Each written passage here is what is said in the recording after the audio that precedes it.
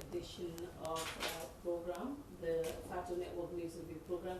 We apologize for starting earlier and we had problems with connection. We would like to apologize for that. I've seen a whole lot of you saying stuff to our sponsors. It was definitely not their fault. The area that we were at was not very good when it comes to connectivity. That was the reason. But we apologize for that, and right now that problem should be sorted by now. So the Standard newspaper says UDP's number 2 predicts female president for the Gambia, and this, Yamseka said, is because of the awareness that is being created when it comes to politics, especially around women. And she also cited the campaign of Rohi Malik Low, who is the first female to be mayor of Banjul. She's saying that with this, what she's saying is that in the long run, not too long, a female could become the president of the Gambia. And we've also seen that Jammeh is spotted at Obiang's birthday. There's this video that's been going around. We actually posted it on our Fatu Network Facebook page.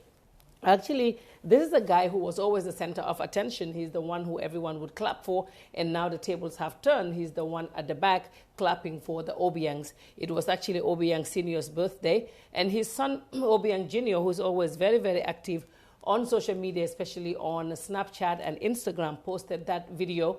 But I checked his Instagram later on. I could not find it. It looks like it has been removed. But he does have a huge following when it comes to Gambians, and that's Theodore Obiang, the son of the senior Obiang, who is the vice president of the country. And C.D. Barrow did say he never bought a graveyard. That is a big controversy that's been surrounding this issue. He did told me in an interview that when he bought the place, it was never a graveyard. He said only 3 or 4 people are buried there. So this interview is bringing in a lot of controversy. Well, there's something that he needs to watch out, because on here he said that the issue was blown out of proportion, publicized facts distorted, and sensationalized up to a point that people's opinion was poisoned. I think people's opinions are definitely not poisoned, because after his interview, people were able to come up with their own mind and, draw their own conclusion. But this is one thing that, happens a lot in Gambia. When something happens, a lot of people will tell you different stuff. I always say, use your own mind. Don't judge anybody. What you're saying here, I don't think people's mind are poisoned. People have their own opinion. And a lot of other people said they know you're the rightful owner, and that if you want to give, it depends on what you want to do. So the people who are telling you, they're bad, they're trying to do this to you, nobody's trying to do anything to you. Just have an open mind and do what you think is right for you. And KMC PRO resigns. We've also seen that. I saw that the woman in question was actually, according to information, was asked to be transferred, but she doesn't want that, so she decided to resign. She did say that she's not going to say anything until the council speaks, and that's the time that she would, according to the information, let the cat out of the bag. But right now, she is not willing to talk. And Modungom alleges torture. He was here when we interviewed him. He talked about the torture that they went through on April the 14th. He did say, too, that in this interview that both Yankuba Koli and the now advisor to the Ministry of Interior, the former IGP, Yankuba Sonko, was there when they were being handcuffed. And then he said he did hear Yankuba Koli say that they are criminals. That is what he was telling the court when he was testifying recently. Okay, so Foria again, he say, will the price of fertilizer be reduced? With a question mark. I think that's a good question for the Minister for Agriculture, Oji Jallo. NAWEC under pressure to sign bond with Bazi. All these days we've been saying with the commission information coming out that everything that was done at NAWEC was being decided by Bazi. Like he was the one who had all the power given to him by the former president, Yahya Jammeh, to say, okay, this is what I want you to do. This is how I want this thing done. So NAWEC is saying, we did not have no control. Everything, even if we had to take a loan, we have to wait for Bazi to decide, and he would also tell us how much money we can take. And the same thing on the point, witness in NIA case says we had ex-Yankuba Koli calling them criminals. They said when they arrived at the NIA, that was Kafu Solo and the rest, the late Solo, and also Modungom. They did say that they heard Yankuba Koli, he was then mayor of the KMC, calling them criminals. And Fabakary Tombong Jatta is in the news again, saying that they met President Barrow on 2 occasions, or maybe 3 occasions. He did say Barrow he does not belong to any political party. He's with the coalition, and they belong to the APRC, so they know where to draw the lines. When they had this meeting, it was to do with some issues that they did talk about. But this meeting definitely did not go down well with a lot of people. They're saying with everything that the APRC did in this country, we do not understand why the president would accord them an opportunity to sit with him and talk to him when we had a whole lot of people like the Bankamanes, the Alaji Barrows, the Chernon Jais. They came to Gambia through, there was the coup d'etat that they were involved in. That is bad, but everyone is saying that they expect the president could sit them down as the head of the country and talk to them and say, well, this is unfortunate that this happened, but apart from that, you did a great job. Because at that time, most of these people were on the same agenda with President Barrow, when the other ones he's giving audience to were on a different level. They actually never wanted him to be there. Yes, we understand he's the president of every member of every Gambian, but again, I guess this is why many believe that he should be fair in meeting every other people, but not just to select, okay, I will meet with APRC. That meeting, though, a lot of people, it did not go down well with them. CDS says GAF promotion is not witch hunting. I think now the CDS is saying they want to make sure that they do things right. It's not going to be like before when Jammeh was promoting everyone from all over the place. This is not what they want to see right now. They want to make sure that whoever is promoted is someone who definitely knows what they're doing, and they deserve it all. So 4 NAWEC staff arrested for fuel theft. We've seen that. That story actually was brought to our attention. We were trying to check with the police bureau. At that time, he could not confirm it. But right now, it's in the papers that there were people involved in fuel theft, and that they arrested, and they are with the Basse police station. Okay, so that is all in the newspapers today. I guess we don't have the Voice newspaper today. Like I said, announced earlier, we'll be bringing you an interview with Mama Kandeh, Honorable Mama Kandeh. He is the head of the GDC. So we'll be talking to him today about a whole lot of issues. Right now, he's here in the studio, and he is going to come. If you have your questions, just put them in the comment box, in the comment section. We'll be able to look at them. The other thing that you can do is to also send us your messages via, if you're on WhatsApp or on Viber or any of those. So you can send it to us. This interview is coming to you live, and it is coming to you from the Fatu Network studios. So right now, what we're going to do, we'll play an advert from our sponsors, AfriCell, and we'll be right back.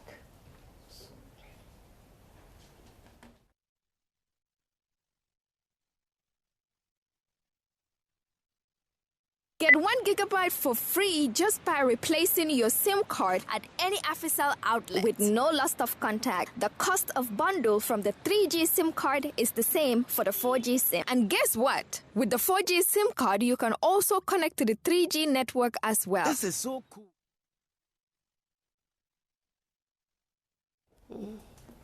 Okay. Yeah. Good. Okay, so welcome back to the program. If you're just joining us, I am Fatu Kamara, and this is the Fatu Network News Review program. We would like to thank our sponsors, AfriCell. And for those of you saying stuff to them, be nice to AfriCell. They're really nice. It's just that it was some connection issue, and we actually did not ask to connect to Baobab. We took our own internet. That was why. So we apologize for that, but it was definitely not AfriCell's fault. It was some little glitches that we had. But like I said, I have Mama Kandeh here in the studios, and he'll be talking to us. Welcome to the program. Thank you. Thank you very much for joining us. I think the first thing that I would like to ask, of course, by now we all know how GDC was formed. You talked about that a lot. But was it like, how were the executive selected? Was this like a party that you just form and impose yourself as the leader, or it was the people who choose you to be the leader? Well, thank you very much. First of all, let me congratulate you for coming up with such an important studio and, of course, a media house as a Gambian, of which I believe many other younger Gambians can learn from. And these are some of the things that do lack in the Gambia, but I'm sure with your footsteps and others will follow. It is very important for the Gambia to be featuring often in the world map, but the only place that we can use is the media. Mm-hmm. And I have to thank you first for that. And on the issue of the GDC and how I was selected as a leader, I initiated the party. Mm-hmm. And I worked very, very hard.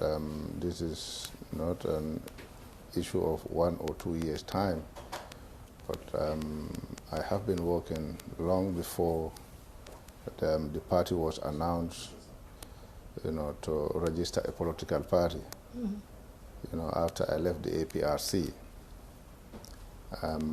After inviting people, introducing my ideas, what my intention is for the Gambia and how I want to form the political party, we had some few individuals who came on board to help prepare the party manifesto and the party constitution. Of course, there was already a draft, but you needed a team to go through the draft and to make it a document. And after that, we, among the members who were part and parcel of the whole program, decided to have me as their party leader. Mm-hmm. This is how I became the party leader of the GDC. But again, I always made it very clear to every Gambian that I don't own a party. The party belongs to every Gambian. Mm-hmm. Today I'm there, tomorrow it can be anybody. It's left to the party membership to still allow me to continue as their party leader, or to say, Mr. Kandeh, I think we better have somebody else than you. And if they say that, would you leave? I strongly believe that I will follow. I will leave, if they of course. Say that. I will not leave the party, but I will... leave the leadership. Yes. Yeah. Because, Fatu, one individual cannot form a political party. Especially when I wanted to form this party, the IEC Act was amended. It was made very difficult for me to form this party. Where I needed 500 people, it went to 10,000 people. So it means every Gambian contributed to put up this party. So I don't dare to come out and say, this is my party, when everybody helped me put together this GDC. Yes, I'm the leader today, but that doesn't mean that the party belongs to me. Okay. Yeah. So how are the executive, the people in the executive, did you select them yourself, or there was some kind of like congress that they were selected? No, we don't select them. In fact, some of the selection, I was not even present. Oh. It was the people that decided to have people in different positions within the party. Mm-hmm. And not to forget that when we were forming this GDC, many people who are renowned politicians would not want to come on board because of the fear that they had. Not that they don't want to be, but there was too much fear, and many of them would not want to be introduced or to be publicized that they because are part at of that time, this. with everything that was happening. Exactly. Yeah, the so reason why those that were there, they sacrificed a lot. Mm-hmm. They sacrificed a lot to put up this party. Yeah, the reason why we're asking is that Africa is trying to move away, the young Africans are trying to move away from politicians coming up saying, I want to form a party and I would lead. At least I want to form a party, but can we choose who would lead? I think that is the reason I was asking. But when it was time for the coalition, a lot of people were angry with you, and I would not lie, myself included. We're like, why is Mama Kandeh walking away from the coalition? Yeah, thank you, Fatu. I'm sure many people were angry because, and I can understand their sentiments. They wanted a change, and they believe that without me joining the coalition would have been an opportunity for President Jammeh to win for another term. Yes. This is what they believe. Yes. I believe different. Myself. And those that were with me, they also believe different. So you are all entitled to your opinions. Of course, I know you have played a very critical role, made so many allegations against me that I was working for Jammeh, which never happened. No, but let's get this straight. It was not from me. I was running a media house, and people would come in. Well, but it was coming from your end. The network. I don't know, because we don't know who we are giving you that. We don't know who we are giving you that information, but it was a wrong information. But still the same. At the end of the day, what matters here is that we wanted a change. Yes. And there was a change. Doesn't matter who becomes the president, but as long as Gambians have achieved their goal, it was what matters. I mean, I did not join the coalition. We were part of the negotiation process to select a leader. The modalities were different. There are ideas of getting a leader, and our idea of getting a leader was a different thing. We thought, as a party, if we want the Gambian people to select a leader, we would have just put ballot boxes throughout the country with the candidates that are interested in aspiring for this office. We can have our ballot boxes in Banjul, Serekunda, Brikama, Jarasoma, Bansang, and Basse. Then people will come out and vote. Whoever wins, then we can say that this one is selected by the people of the Gambia. But if you want to bring like 70 delegates from each political party, if I will bring 70 delegates from my party, obviously they will vote for me. They cannot vote for somebody else because they're from my party. I brought them in. Yeah, but there were people who came, they didn't vote for their party. No, but there was a deal. That deal, you had even my party talking about it. And we knew very well what was going on. There are parties that I used to even call NGOs. For me, there were no political parties. The name there, a party, was there. Fine. But political parties that is small parties like, for example? Political parties that were registered for 10, 15 good years, they have never contested election in this country. Like which ones? You have the GMC, you have the GPDP. When was the last time NCP contested elections in this country? And even the PPP, right? So, but parties like GMC and GPDP, they have registered and have never contested election. There was not a single time they have put up a candidate, being a parliamentary or local government election or mayoral election. For me, I don't consider those parties as political parties. They were not known in this country. But maybe they have like even 10 followers, and that also added up but to... But even the 10 followers, even if it is 10 followers, they couldn't get the 70 followers. So the 70 followers were brought in by the UDP. Obviously, what qualification do Barrow have? That is far better than that of Halifa Sallah or even Ahmad Bah. What popularity did Barrow have? Who know Barrow? Yeah, but at that time he's from a party that had the majority. Exactly. Then, but being the majority doesn't mean that if it is a fair play, and that was then not the why he was selected. People voted. UDP would have brought in only 70, not more than that. UDP brought in 70. Yes, they brought in 70, but others were brought in where they cannot get the exact number of 70 people. Then the gap was closed by a particular political party. Each party brought in their own people. No. Yes. Each party cannot bring them. They don't have it. You understand? They don't have it. You mean my party does not have 70 people? They don't have it. Okay. Because they were not known. So what happened is, after having all these people, you can see even during the campaign, there was one flag that the coalition flag was using was the ash collar. Yes. The day results were announced that Barrow won the election, you have two flags, the UDP and the ash collar. Oh, I didn't pay attention to that, but Barrow did resign from UDP. Of course. Yes. So but why not? You have the ash collar plus the blue plus the red plus all other colors, but this one is only the ash collar and the UDP collar. We have seen it all over. So the reason country. why you didn't join, is it because of UDP? No, it's not because of the UDP. For me, the way the selection was done was not fair, and I don't want to get myself into that. This is the problems they are facing right now. You think they're facing problems? Of course. What are the problems? Because right now, they're saying, lawyer Usainu Dabo was out, he did an interview. He said there are no problems. So where are the problems? Well, how many people from the NRP are represented in this government? How many ministers from NRP? Ahmad Bah. Ahmad Bah and who? Ahmad Bah. Ahmad Bah alone. Yes. And PPP, 2? Yes.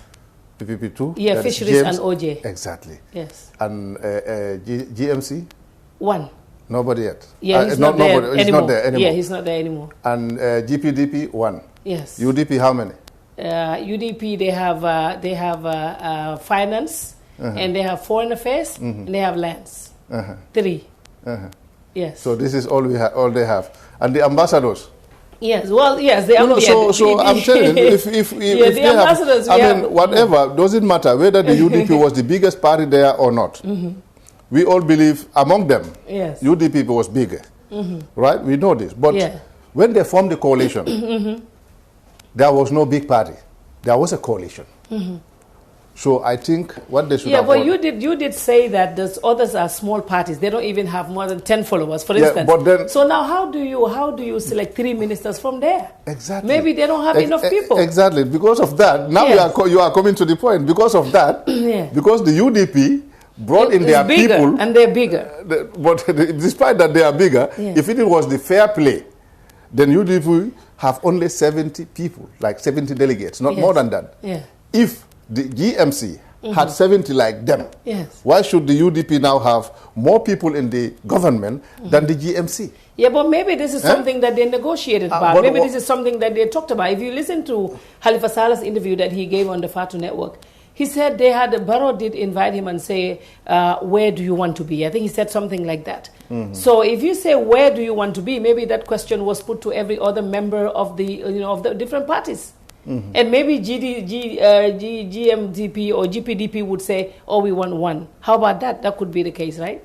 Well, I don't think if none of them would say, I want only one. But in fact, it is not an issue of where do you want to be. As a government, and a coalition government for that matter, they should have all come together and decide who should go where. Not the president calling individually and asking, where do you want to be? That you think that's wrong? Yeah, for me, that's wrong. You would have done it differently? I would have done it. As long as it is a coalition, we would have come together. How would you do it? All of us together, we would have come, put everything on the table, give our ideas, and put everybody in his or her position. Openly. Based on expertise? Exactly. But ministers are political appointments. It's a political appointment. The technicians are the permanent secretaries. Exactly. You see? So now the other thing is, during the campaign, the whole coalition time campaign, a lot of issue that actually affected the GDC is associating you to Jammeh. That is always being said. Until today, until right now, people are like, please ask Mama Kandeh, what is his relationship with Jammeh? Is Jammeh behind his political party? This looks like something that would keep affecting your party. But Jammeh must be a fool then. If at all Jammeh is behind Mama Kandeh and Mama make him go. Yes. Yes. And you see, Fatu, I think those type of politics, we should graduate from that now. Let us go to real politics and make sure we don't just make false allegations against people. Because for me, I don't believe in those politics. I believe I had a lot of challenges, a lot of problems. I faced a lot of difficulties before putting up this GDC. I went under a lot of threats. I know what I have gone through. And it was because of registering this GDC, that's why the IEC Act was amended to stop me from registering. Because there is no Gambian who have paid so far $1 million just to register a party, just to get the name. And 10,000 people to sign your documents for you to be able to register a political party. If I go through all that with all the difficulties that we have gone through with other Gambians, of course, I think Gambians should have appreciated our efforts to effect in this country. Jammeh will never fund me, and Jammeh have never funded Mama Kandeh. Okay. It have never happened, not even during the time I was a member of parliament. We do contribute our quotas to the party. You know, there is no single project also. Jammeh's government will tell you that we have given this to Mama Kandeh for the people of Chimara. All they do was they will go and do their projects in the name of President Jammeh. I do go out, lobby my own projects, bring it to the people of Chimara, and this is the relationship I had with people of Chimara. I work with Jammeh under the same political party. I have never worked for him. Jammeh never employed me. I was elected by the people of Jimara under the ticket of APRC. I remember that. Fine. The APRC is a legally registered political party. Jammeh is gone, the party still exists. So I see no harm in sympathizing with a particular political party. Everybody have the right to join any political party you want. That's not a crime. So I mean, for them it was a chance for them to use against me, thinking that if they do that, I mean, they will have what they want and they will be able to convince Gambians that, because we do believe that Gambia, we all want to see Yaya Jammeh go. Yes. This is it, and I am fine with that. Now that Jammeh is gone, Mama Kandeh still exists, GDC still is around. Is Jammeh funding me still? Yeah. Right? Yeah. I mean. Yeah. So there's on the comments, one person here is saying the good thing that he said you're improving very well now in, politically when you speak and all of that. So that's a credit somebody wants to give you. And what I want to ask next is your meeting with President Barrow. You had a meeting with him. We saw the pictures. Everyone was so excited, saying, "Oh, this is so good." Mama Kandeh, an opposition, is meeting with a sitting president, which we don't usually see during Jammeh's time. What did you discuss? And what was the meeting like? That was not my first meeting with Barrow. Oh, but that was the first publicized one. Yeah, maybe the first publicized one, but that was not the first meeting with Barrow. I mean, as I said, I think we need to change the entire political climate. Barrow is not my enemy. Barrow is my rival. And if we want to put Gambia first before anything else, there should be no opposition between the Gambia and the Gambians. As long as you have something that is to the betterment of every Gambian, I mean, it is not a crime or no harm in it to go and meet with the president, sit down, exchange your ideas, and tell him what you believe should be done for the interest of the Gambian people. My first meeting with Barrow was that I wanted to call for a press conference before his swearing-in ceremony in February at the Independence Stadium. Yes. Because there are certain things that I need some clarification and I had questions. But I said, before calling for a press conference, why not I go and meet him myself? And I had somebody, a friend of mine, we went to meet him at the AU Villa. And the reason going there was to talk to him about some few things that I feel they are happening illegally. And him being elected president should first set the example for people to respect the Constitution. Doesn't matter whether it is called Yaya Jammeh's Constitution or what. Until we have a new constitution, this is the constitution we have. Was it about the vice president issue? Not only the vice president issue. This is the constitution that brought them into power. Yes. Because they are not the majority. The majority Gambians never voted for them. 57% of Gambians were not with them. That is my 17% and 40% of Yaya Jammeh, which means the majority of Gambians never voted for the coalition. So, but because of the constitution, that is why they came into power. So we need to respect that constitution. Yes. So I was talking about the swearing in he did in Senegal. Yes. To my understanding, at that point in time, there was no office existing in Senegal. That embassy, to my understanding, was closed. It was closed? Yes, this is what I had. It was not closed. I stand to be corrected. Yeah, but it was not closed. For me, it was closed.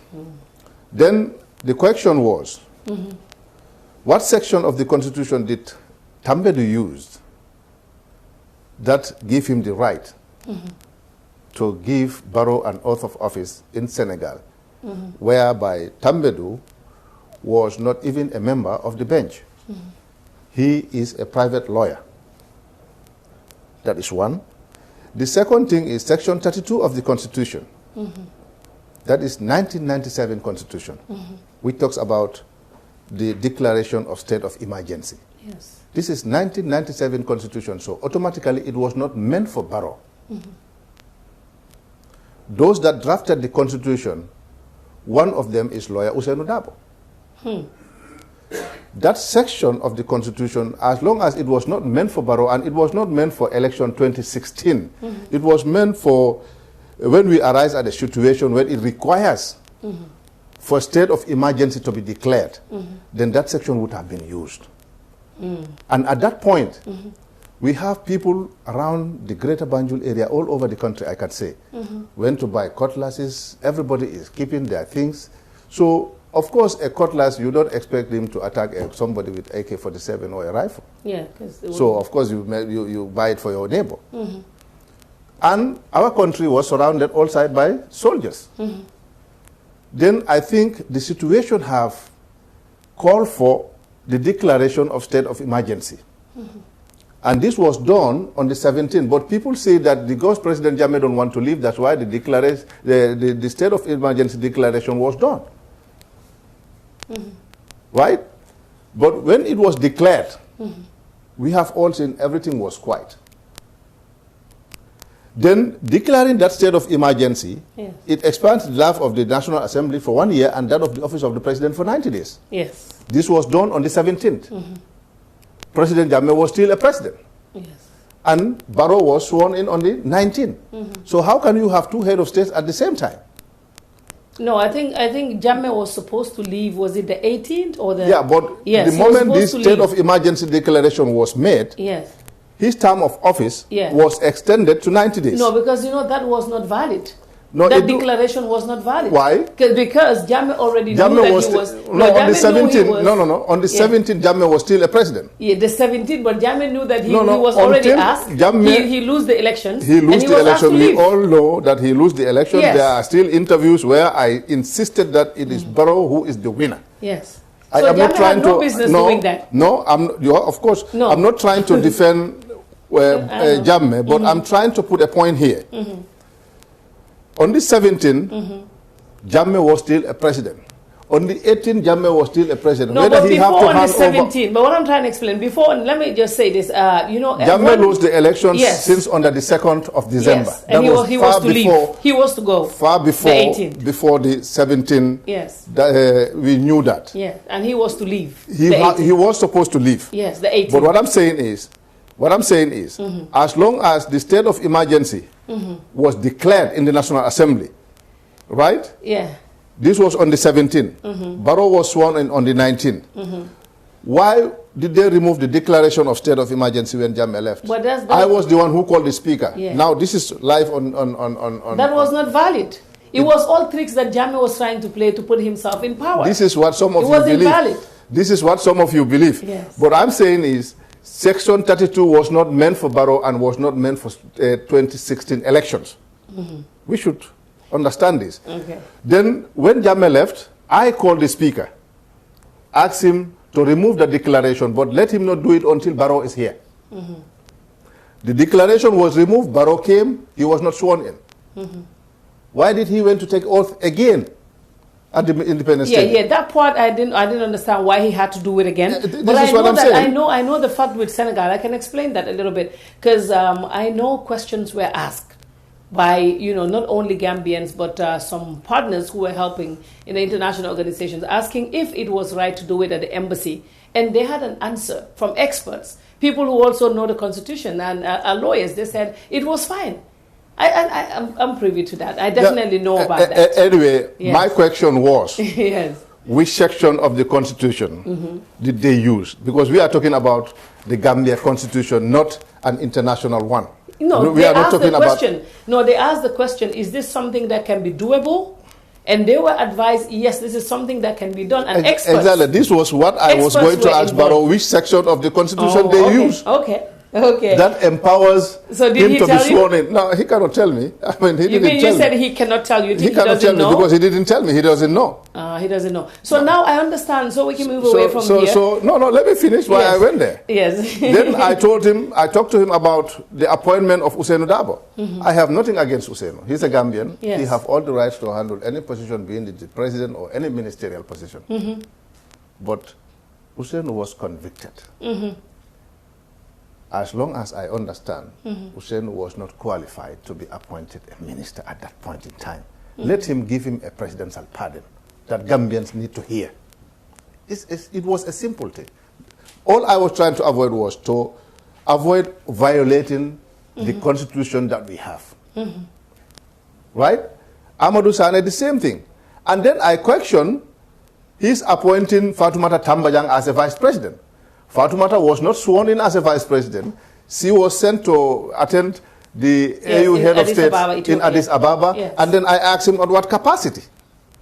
Wow. She was not sworn in as a vice president. And she was there representing the country. Representing the country. At what capacity? You know, so, I mean, I could have had a press conference and just say whatever I want. But I said, no, he's a brother. Let me just go and talk to him. You know, at the same time, at the end of the day, we all wanted a change. Allah make him to be the president. Yes. And I accepted in good faith. So he didn't give you any answer of all those questions that you raised? I don't want to tell you even the answers he gave me. Anyway. It was not But this was my reason for going there. Wow. Then the next thing was just to pay a courtesy call and then exchange some little ideas of what is possible in terms of development.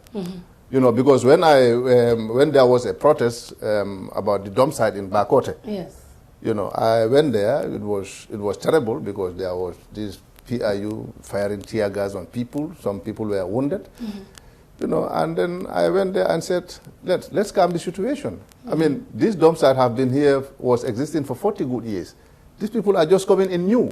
So let's give them the chance, at least to find a better solution for this dump site. And then I called the Minister of Interior, my Fatu then. And I advised him to tell this security personnel not to fire tear gas on these people. And then when I went home, I called Barrow. I said, why can't we discuss? I have a solution for this waste. You know, because I brought in some investors some time ago who wanted to chip in to help us solve the problem of waste in this country. You know, and then he said to me, oh, no, we are negotiating with other people. I said, fine.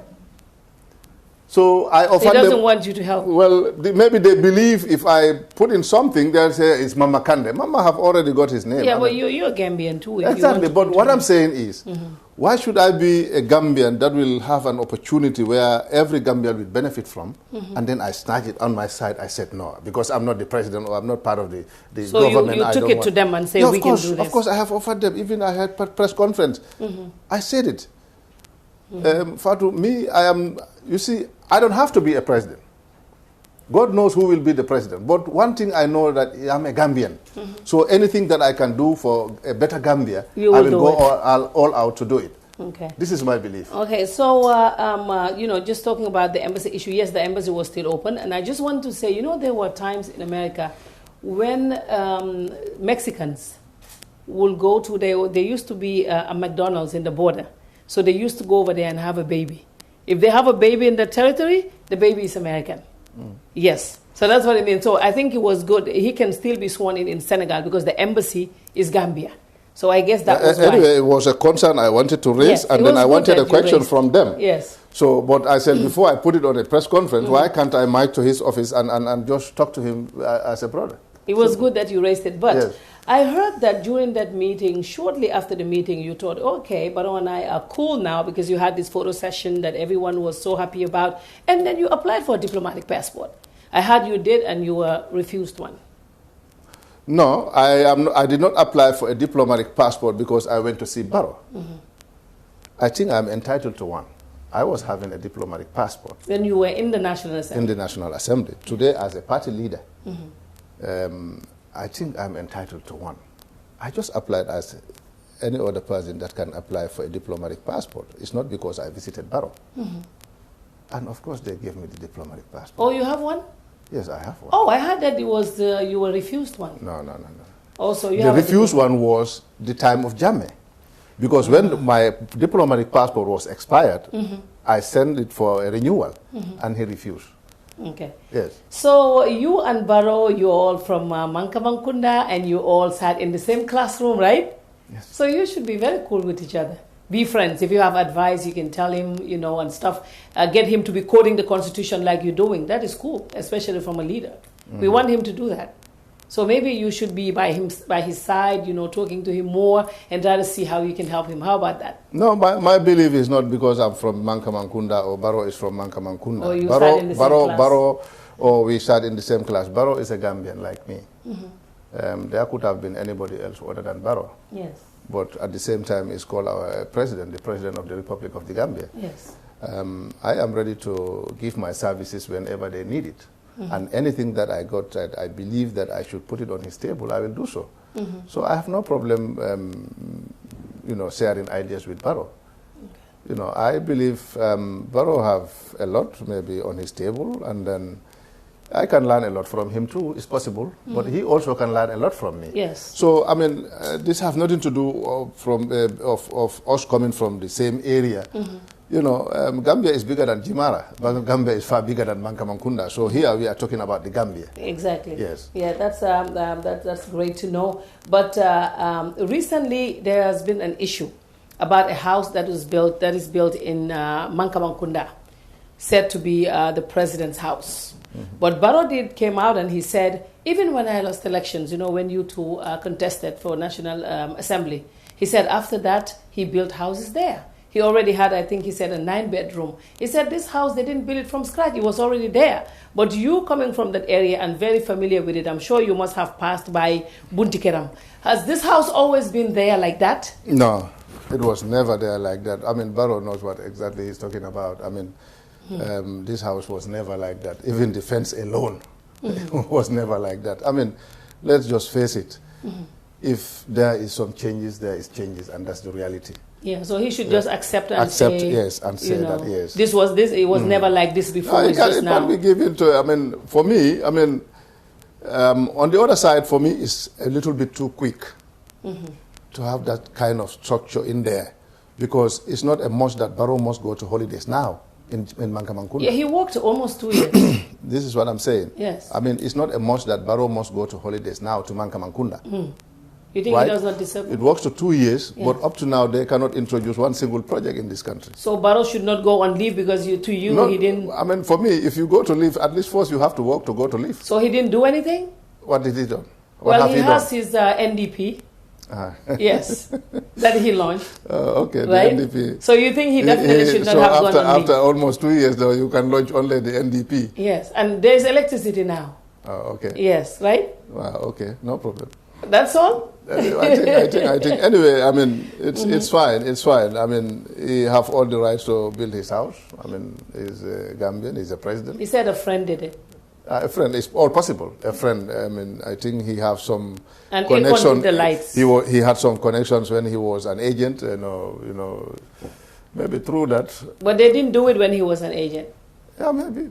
Yeah, they're just doing it now when he's president. Exactly. Well, so now do you benefit from that electricity? Is it at your house too, the Aircon project, or is it only at No, we are not in the same village. I mean, I think the entire village benefit from that electricity. It's just that a sister of mine is married in that village, just opposite Barrow's compound, and she do complain that in her house there is no socket, so she cannot watch television. The other parts of the compound, they have everything available there, but except her house. So I have to buy her a solar. No. So, wait. Yeah, it's just like what was happening to Wajwara during Jammeh's days. Like they would disconnect his water and his electricity even if he was paying. So now you're saying the house, everyone has one except your sister's house. Exactly. Well, that's interesting to know. We'll have to buy her a solar panel. Okay, President Barrow, what is happening right there? Like the whole compound has electricity except his sister's house. I really don't know how that happens, but hopefully we'll have an answer to that.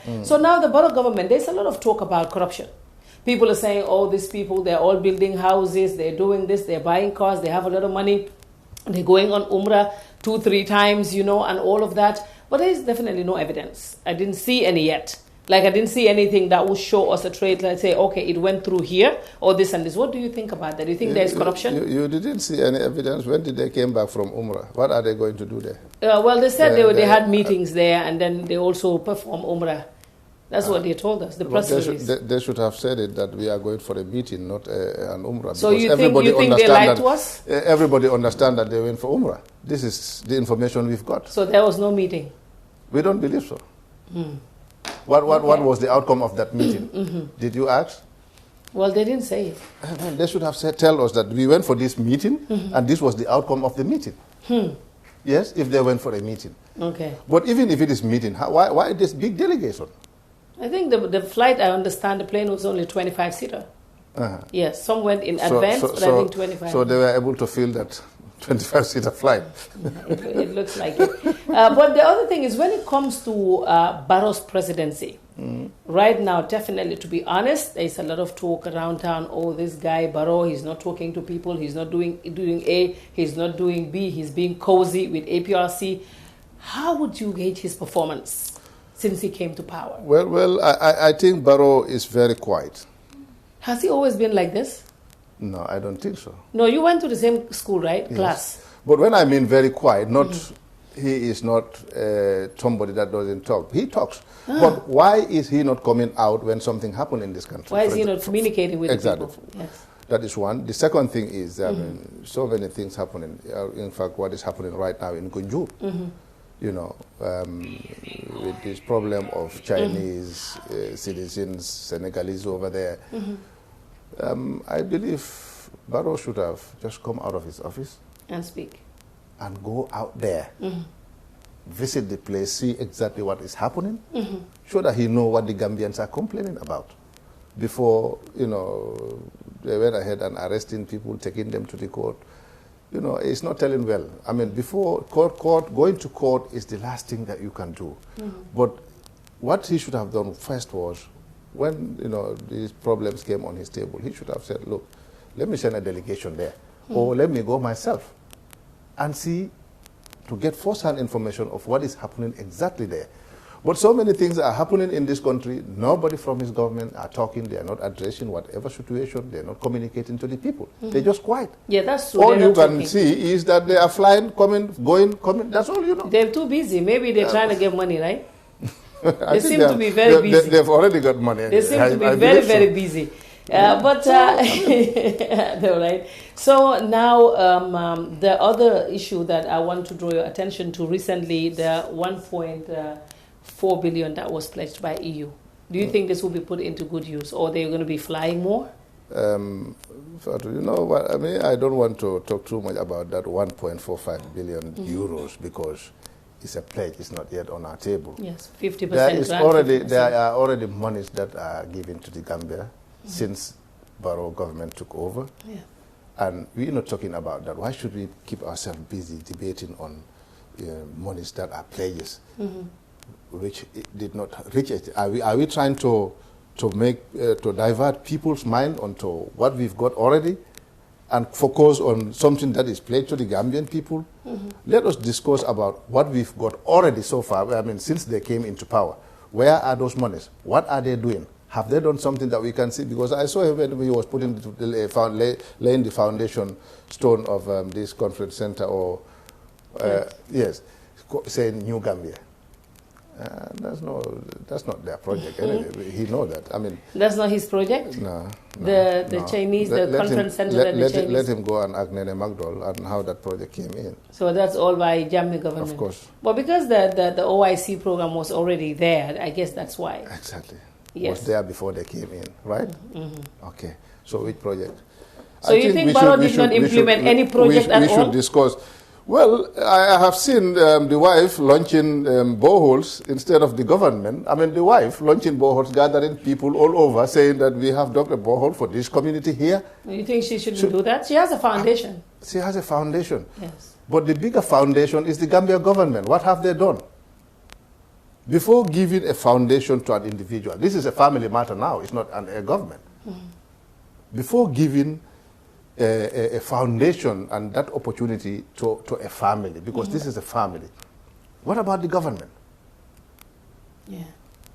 What about the government? Do you think she's trying to get all the attention? If they can make that big noise about one borehole or two, what about Mama Kandeh? How many boreholes? Yeah, I was going to talk about the boreholes and the monies that you're giving out and the support that you're giving to rural people. But is this reflecting in the votes, like people who are voting for you? Because we have seen that Kunta Woyu did there. If I was waiting for it to reflect in the votes, I would not have contributed anything since after the presidential election, because I did not win the elections.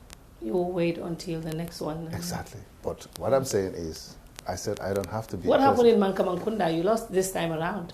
Barrow went there and he spoke to his people and I did not campaign. I did not go there even. Yeah. I did not campaign. Did you take it for granted, thinking that they would still... They had only one meeting in the whole of Jimara. Jimara is the biggest constituency in the whole of Jimara. So do you think now they love him more than you? Because, you know, before you've been winning and well, now they're for him to be him. loved up to my level, he have to work very hard for that, because I work hard. I work very, very, very hard. Barrow knows that very well. And this is not a hidden thing. He is listening to me. He may be listening to me. He knows what I am able to and what I can do in Jimara, and he knows what he can do in Jimara. But today, him being the president, I think he should do better. We want to see a different Jimara. Well, I think but that unfortunately, if you cannot start it from here, you know, even yesterday I was saying that Barrow should go and visit Banjul. He should go around Banjul and see what is happening. You know, somebody said on Facebook that they should tell the president that if he goes to visit the Edward Francis Small Teaching Hospital, they will give him per diem. Someone said if you mention that, he will go. Because they only go where there is per diem. I don't think so. Someone was trying to be very, very bad with him, you know, and they said that. No, because it was a sign that they really want him there. He should go and visit that place to see how Banjulians are living. Yeah, this is the capital of the Gambia. This is not about those living. This is the capital, and this is the capital where we can all say as Gambians, this is our capital. Yeah. But for how many years there is no head of state that was one time invited in that capital? Because you cannot take him around. Where? So how about his coziness with APRC? Fabakary Tombong Jatta did say that they met twice or maybe 3 times. And there are people saying, oh, okay, people like Bankamanes are here, people who were on the same agenda with him. We're not saying that he should not meet them, but also there were people fighting with him. So how about seeing those people, but ignoring those people and running after people who tormented us? What is your take on that, him seeing them? Well, I mean, I think what Barrow, it's not bad Barrow seeing Fabakary or whoever he wants to see. As a president and as a leader, Barrow should try to unite Gambians. That's true. I think he should take the lead. Whether it is Mama Kandeh visiting him or APRC or Bankamane or whoever. You know, the trend this country is going, we need more unity than dividing us. And Barrow is an independent president. He should have taken it upon himself that, yes, I am now an independent president, I belong to no political party, so I want to unite Gambians. As long as it is not uniting Gambians for his interests. So how do we know if that is not what it is? So until it is put on the table that everybody sees is his interest, we will not hesitate to ask him to unite Gambians, because our unity is important. So you think it was great meeting the APRC? I see nothing wrong in that. But then do we still need the... because I don't know all we know is that... Do we still need the reconciliation? All we know is meeting the APRC. What was the purpose of them meeting him? It was never announced. It was never announced, so I don't know. And I don't dare to go deep into that, because I don't want to know until they put it themselves in the picture for every Gambian to see. But as long as the intention is positive for the unity of Gambians, I have no problem with that. So what do you think about the Barrow Youth Movement? There's been a lot of talk, them going to Badibu to set up offices, and the Badibunkas are not happy with that. They're like, we don't need a Barrow Youth Movement. We already have our Barrow from UDP. Because there are a lot of rumors that Barrow want to form a political party, and he want to use that Barrow Youth Movement to form the party. And some seen Barrow as a member of the UDP, though he resigned from the UDP when he was contesting these elections, but they still believe that Barrow is still theirs. You know, so if Barrow is coming with a youth movement and they believe Barrow wants to form a party, they will not be... UDP you're talking about? Yes, they may not want to have another Barrow in a different party. So they want their Barrow? Yes, I believe they want their Barrow. If not, why should they stop him? Maybe the rumors that people are talking about that he wants to form a party, maybe it's not correct. But it's possible that he also wants to form a party. So if he wants to form a party where you have UDP strongholds, they will see as like Barrow have betrayed them, and they will not, of course, support him. But why would he not be with UDP again? And maybe they could put him up. Because somebody told me, somebody very close to his office told me he wants to run for second term so that he can finish his projects. Which project? The projects he has. He has NDP, and now he has to implement it. Don't you have NDP? Don't you have NDP? We all have NDPs. Yeah. I mean, to have an NDP, what project? So you mean he has no project? No. What I want to say is, even if Barrow is a Gambian, he have all the right to run for second, third, fourth, 100 times. It's left to him. Yes. Right? But what I want to say here is, Barrow had an agreement with the other political parties. Yes. That they are going to 3 years. Going for 3 years. This was the agreement. Yes. Even if Barrow want to run for presidency for 100 times, let him stick to their agreement. Like standoff after 3 years? After 3 years, he can still contest, no problem. Yeah, but he should leave after the 3 years and yes, say, I'm leaving. He should and then he should come back if he wants to contest. And say, but I think the agreement was they cannot take part in election after same year, right? Or they don't have that? Well, I don't know. Yes, I think it was, you would have to... and he signed that, and he agreed with them. They said it was not signed. It was signed, of course. Do you think Khalifa, Ahmad Ba, all these other people will want to go for that when he don't sign? But if it was you, you know, let's face this. Barrow now is the president. The red carpet everywhere you go, the air conditioners, the good food, everything VIP. Madam Fatmata Barrow, we saw pictures of her before and pictures of her now. If it was you, would you just leave? Let's be honest to each other. If I have an agreement with Gambians, yes, you will follow it. Gambia is bigger than me, Fatu. You will follow that. I need those Gambians, one way or the other. I will follow it.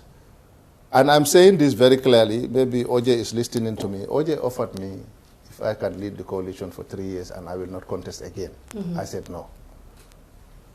Because I don't want to disappoint Gambians. I have my program, I have my agenda. If I become a president, I want to fulfill that program. And I cannot do it within 3 years, and I don't want to betray anybody. Yeah, I understand it was not signed. No. Some people is commenting here saying it was never signed. It was never signed. And Khalifa and Hamad, they accept that. Well, I guess. But Lawyer Dawa did talk about it. He said it wasn't signed. That it was not signed, that he should step down after 3 years. Yeah, and the Constitution is saying 5 years. The mandate is 5 years. There was no agreement that he should step down after 3 years. There was an agreement. They did talk about it. Barrow was on TFM. But I saw the deputy party leader of UDP make it clarifying that it was signed. She signed it. Well, I heard that was a video from a long time. Yeah, of course, a long time and now it's the same. It's still between 2016 and now. So the environmental issue in Gunjur and Sanyang, that's also a big talk. The Golden Lead, people are saying, why do they let the Chinese come over here and, you know, polluting our environment and all of that? Did you go there to visit? No, I'm planning to go there maybe this week. Okay, and you still think I'm even asking Barrow to go there himself and visit it. But Barrow didn't even go to RVTH yet, Edward Francis Small Teaching Hospital. That's very close to his house. Yes. Do you think he will go to Gunjur? Well, yeah, I think he should go to Gunjur. I believe he should go to Gunjur and let him go to Gunjur and see what is happening there. These are his own people, Gambians, you know, crying out there, need help. They need justice. So he should go But there must be something good about Barrow. Like he's a very calm person. He's very shy. Don't you see the good side? What is his good side? I'm sure you have faced something. I haven't said what bad side. No, you're saying about the projects. He has no project and that. But yeah, I'm sure he has something good. He has no. You see, Barrow has no project is one thing. From the beginning, Barrow made it very known to every Gambian. Yes. That he rely wholly and solely on his team. Yeah, he said Tony Blair asked him to do that. Tony Blair said, when I came, I was like you, but I had a good team.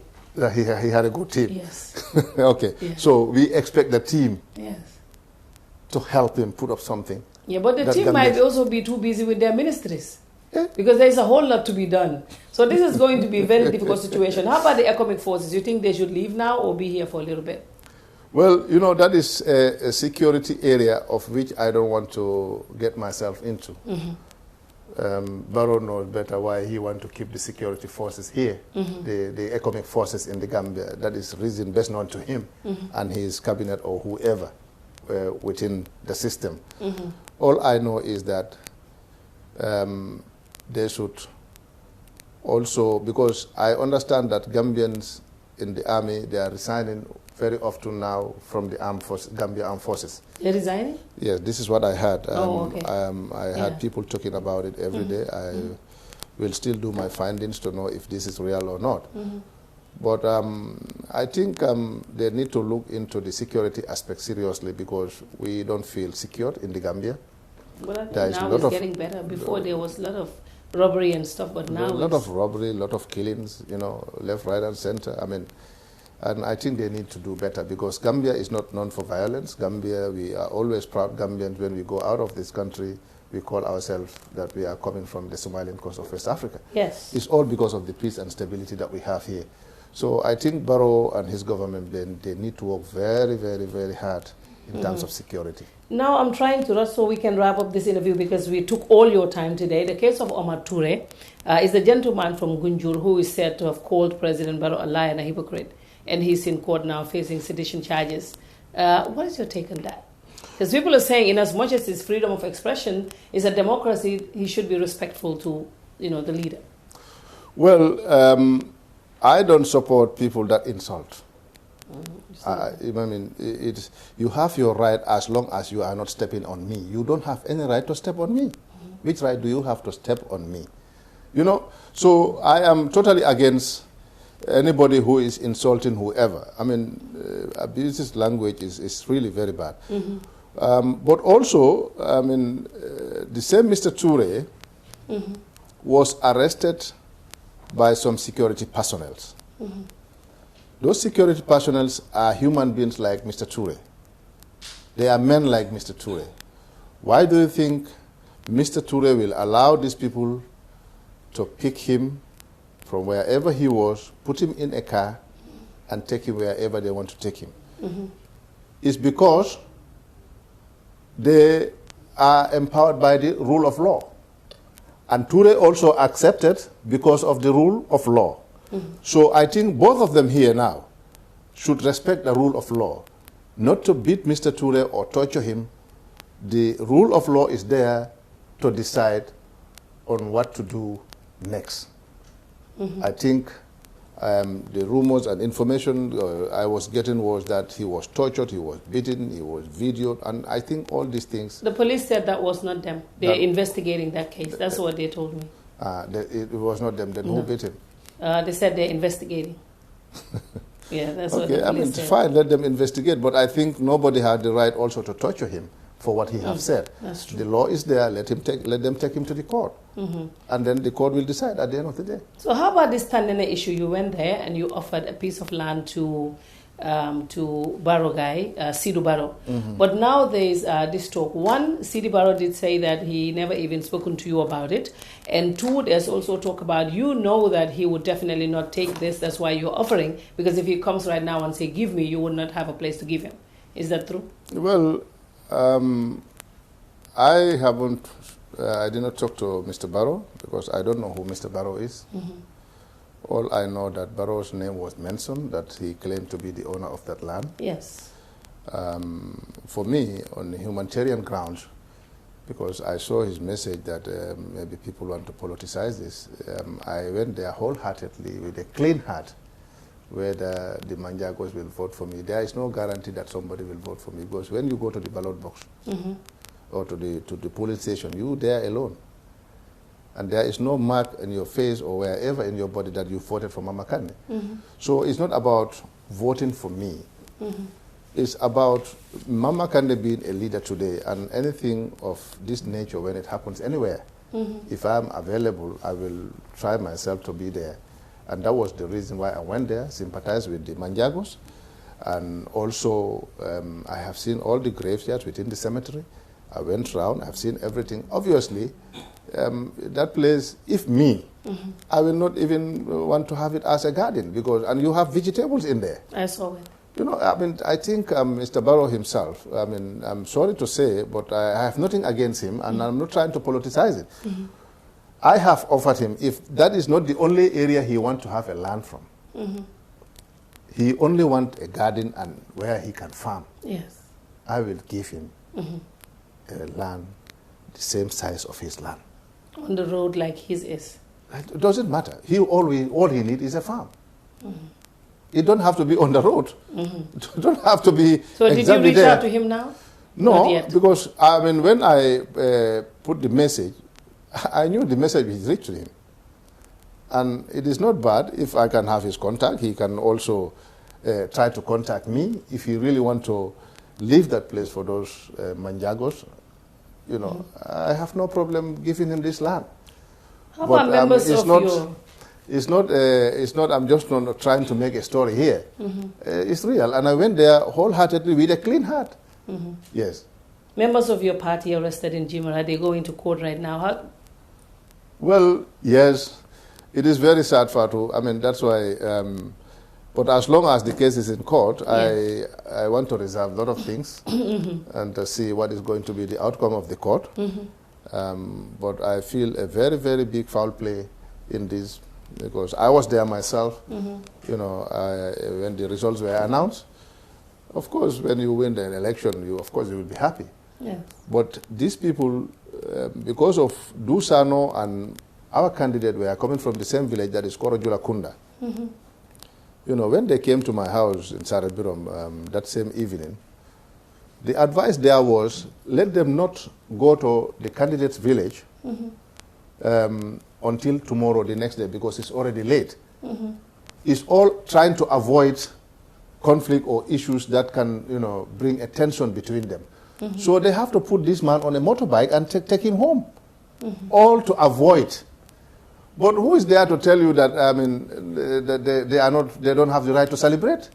You know, and a lot of people, alcalos, were arrested, you know, taken to the police for going to that venue. You know. You think that's too jamme?